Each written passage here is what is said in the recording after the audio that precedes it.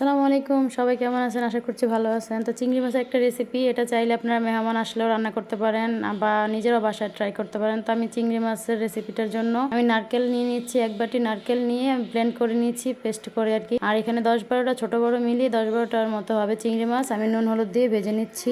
ভাজার পরে আমি এখানে ওই তেলের ভিতরেই আবার তিন চারটা আপনার পেঁয়াজ আমি কুচিয়ে নিয়েছি, নিয়ে তেলে ভেজে নেব। আপনারা চাইলে বেশি কম নিতে পারেন, কোনো সমস্যা নেই। কেউ পেঁয়াজ বেশি খান বা কেউ কম খান। আমি তারপর এখানে একটু পানি দিয়ে দিলাম যদি মশলাটা পড়ে যায়, এই জন্য আমি এখানে নুন হলুদ, তারপরে হচ্ছে একটু আদা চামচের মতো দিয়েছি, বেশি দেই না। রসুন আর জিরা দিয়েছি 1 চামচ পরিমাণ, দিয়ে ভালো মতো একটু কষিয়ে নিতেছি, কারণ একটু না কষালে গন্ধ আসে। তো কষানোর পরে আমি আবার নারকেলগুলি সব দিয়ে দিলাম। নারকেল পেস্টটা দিয়ে ভালো মতো আবার একটু কষাতে হবে, নাহলে নারকেলের একটা গন্ধ থাকে, ওই গন্ধটা যায় না। তো ভালো মতো কষানোর পরে আমি এখানে পানি দিয়ে দিলাম পরিমাণ মতো। ভালো মতো পানি দিয়ে সুন্দর মতো ফুটে আসলে আমি এখানে চিংড়ি মাছগুলো দিয়ে দিচ্ছি, দিয়ে সুন্দর মতো একটু হালকা নাড়া দিয়ে আমি ঢেকে দেবো। আমি 5-6 মিনিটের মতো রেখে দিয়ে তারপরে আবার মাঝখান দিয়ে একটু নাড়া দিয়ে নিচ্ছি, যেহেতু চিংড়ি মাছ নারকেল যদি নিচে লেগে যায় এই জন্য একটু নাড়া দিচ্ছি। তারপর একটু সামান্য ঝোল টেনে আসলে আমি এখানে